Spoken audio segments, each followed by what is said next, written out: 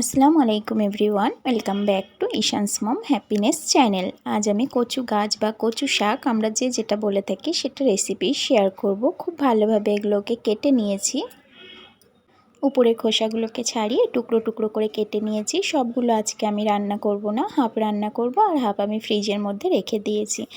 তো এটাকে লবণ আর হলুদ দিয়ে খুব ভালোভাবে সিদ্ধ করে নেব। এগুলো কিন্তু আগে কিনতে পাওয়া যেত না, মাঠে হতো, মানুষ মাঠ থেকে তুলে এনে রান্না করতো, কিন্তু এগুলো এখন কিনতে পাওয়া যায়। শ্বশুরমশাই এগুলোকে কিনে নিয়ে এসছেন বাজার থেকে। ফার্স্ট অল্প একটু পানি দিয়েছিলাম, তারপর কচুগুলোকে দিয়ে লবণ হলুদ দিয়ে আর একটু পানি দিয়ে খুব ভালোভাবে সিদ্ধ করে নেব। ঢাকা দিয়ে সিদ্ধ করব। তো এই তো 5 থেকে 7 মিনিট আমি সিদ্ধ করে নিয়েছি। খুব ভালোভাবে এইভাবে চেপে চেপে পানিগুলোকে বার করে নেব। তো কড়াই বসিয়ে দিয়েছি রান্না করার জন্য। সরিষার তেলে অবশ্যই রান্নাটা করতে হবে। তেল গরম হয়ে গেলে কেটে রাখা পেঁয়াজগুলোকে আমি দিয়ে দিলাম। এখানে আমি দুটো বড় সাইজের পেঁয়াজ নিয়েছি। কয়েক সেকেন্ড নাড়াচাড়া করার পর কয়েকটা কাঁচা লঙ্কাকে আমি দিয়ে দেব।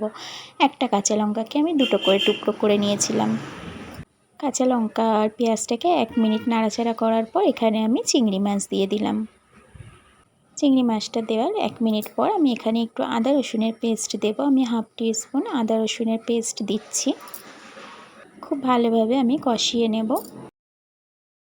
পেঁয়াজ আর চিংড়ি মাছটা একসঙ্গে ভাজা ভাজা হয়ে যাবে। তো আমি এখানে একটু লবণ পরিমাণ মতো আর একটু হলুদ গুঁড়ো দিলাম। যেহেতু আমি লবণ আর হলুদ গুঁড়ো দিয়ে কচু শাকটা সিদ্ধ করেছি, তো সেই পরিমাণ বুঝেই দিতে হবে।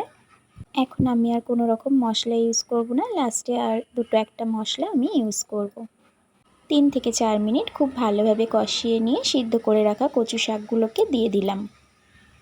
এরপর গ্যাসের ফ্লেমটাকে মিডিয়ামে রেখে আমি এইভাবে নাড়াচাড়া করে নেব। 5 থেকে 7 মিনিট আমি এইভাবে এটাকে রান্না করেছি। রান্নাটা প্রায় হয়ে এসছে, আর 1 থেকে 2 মিনিট রান্না করব। 2 মিনিট আগে আমি এখানে একটু ভাজা জিরা গুঁড়ো অ্যাড করে দেব। জিরা গুঁড়োটা দেওয়ার পর আমি আরও 2 মিনিট এটাকে রান্না করে নেব।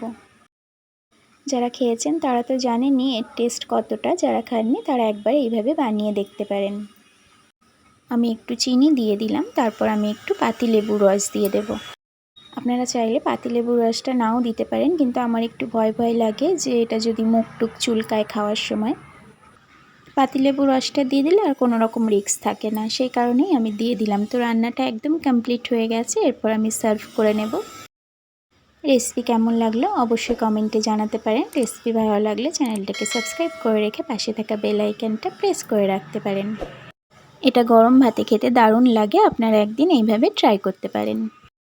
Thank you so much for watching my video. Allah Hafiz.